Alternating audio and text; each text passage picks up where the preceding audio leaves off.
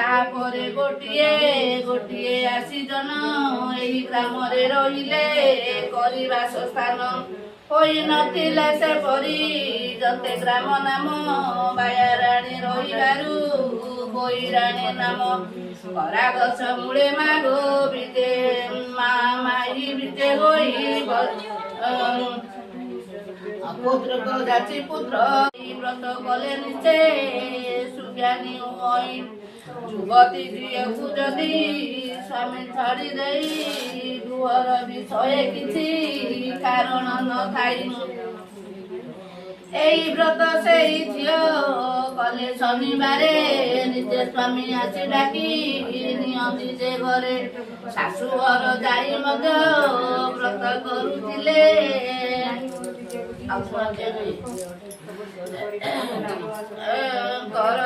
କୌଣସି ବିପଦ ଯେ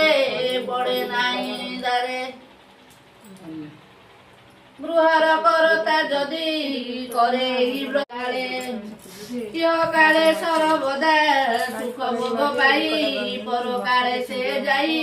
କୁଣ୍ଡେ ବସଇ ବଞ୍ଚିଥିବା ଯାଏ ଧନ ଜନ ପରିପୂର୍ଣ୍ଣ ରୋଗ ଶୋକାଦିତ ଘରେ ନ ପଶେ ନିଦାନ ବୃଦ୍ଧ ଅବସ୍ଥା ହୋଇଲେ ପ୍ରତିଦିନ ଯାଇ ଗୋଟିଏ ମୁଣ୍ଡିଆ ମାରି ମନ୍ଦିର ଆସୁଥାଇ ସକାଳ ଯାଏ ତାର ସବୁ ସତେଜ ହୋଇ ରହିବ ଯାଏ ବାବୁ ତାର ପୁତ୍ର ନାତି ବହୁ କରିବେ ଆଦର କରିବେନି ସତ୍ୟ ଏଇ ଗାର